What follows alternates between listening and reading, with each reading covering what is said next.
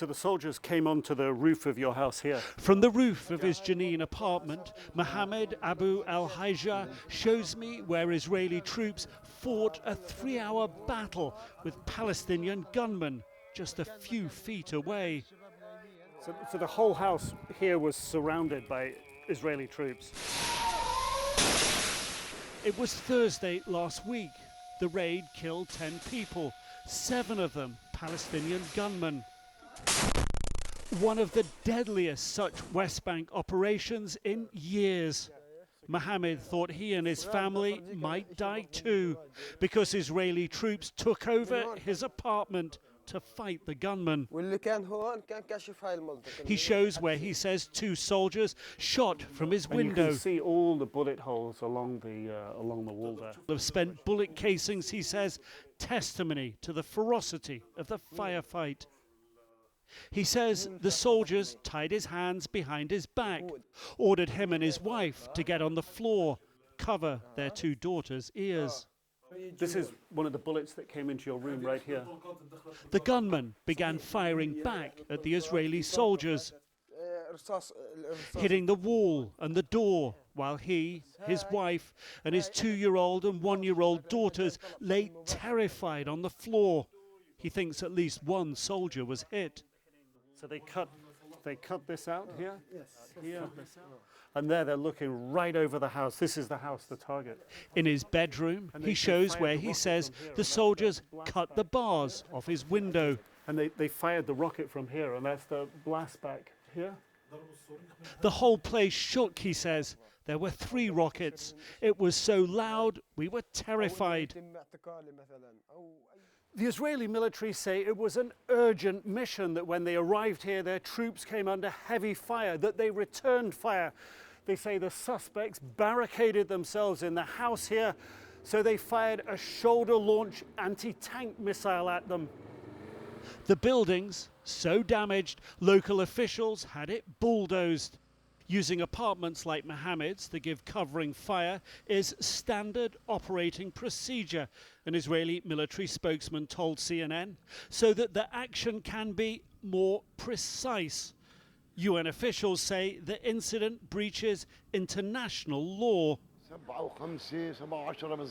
In the ground floor apartment beneath Mohammed's, Ziad says he saw the firefight, saw an Israeli soldier hide behind his car, shoot one of the gunmen.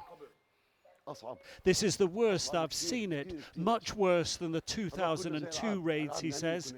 There are lots more gunmen on the streets now. It's a younger generation. They were born into it. Upstairs, Mohammed is close to tears when I ask him how safe he feels.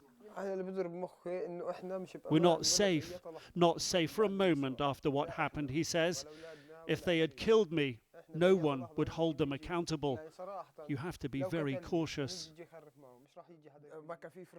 Despite the battle scars, it might look as if some kind of normality is returning. But in people's hearts here, there is fear. The worst is yet to come. Nick Robertson joins me now from Jerusalem. Nick, thank you so much for that report. It shows us a glimpse of what the cycle of violence is doing to people on the ground and the impact. Is there anything that signals a way out of this? We've had so many diplomatic conversations and visits that have occurred over the past week that have frankly coincided with increased tensions. You know what was really interesting, talking to the older gentleman there, Ziad, he's a carpenter, 63 years old. His parents moved into that, which was a tented refugee camp. That's the refugee camp that we were in there back in 1948. So the family's been displaced since then. He's grown up there. His children have grown up there. His grandchildren are growing up there. And that point that he makes, that there are more gunmen walking the streets of Jenin these days than inside that refugee camp, is a reflection that the situation has become more extreme, more polarized. Israelis live in fear of Palestinians. Palestinians live in fear of Israelis. The polarization is growing greater. And this sense that with a really right-wing government of Prime Minister Benjamin Netanyahu, this could be one of the things that helps make this situation, given the more gunmen as well, even more primed to, if you will, sort of go off the rails before you could begin to get into meaningful talks. But because the talks aren't happening, because that process is essentially stalled, this is what raises that level of concern. And Ziad's comments about this is just so much worse than he's seen before. So many people feel that. It's generational on all sides here. Yeah, it's a fascinating insight because it gives you a sense of what people are thinking and feeling. And as you say, the conversations between the two sides not happening. Antony Blinken, though, saying, you know, a two-state solution conversation should be happening. On the other end, you had Macron saying, and I quote, the continuation of colonization that undermines the prospect of a future Palestinian state, his opposition to this. It's interesting, the conversations are happening on sort of the macro diplomatic front, but not between the two sides.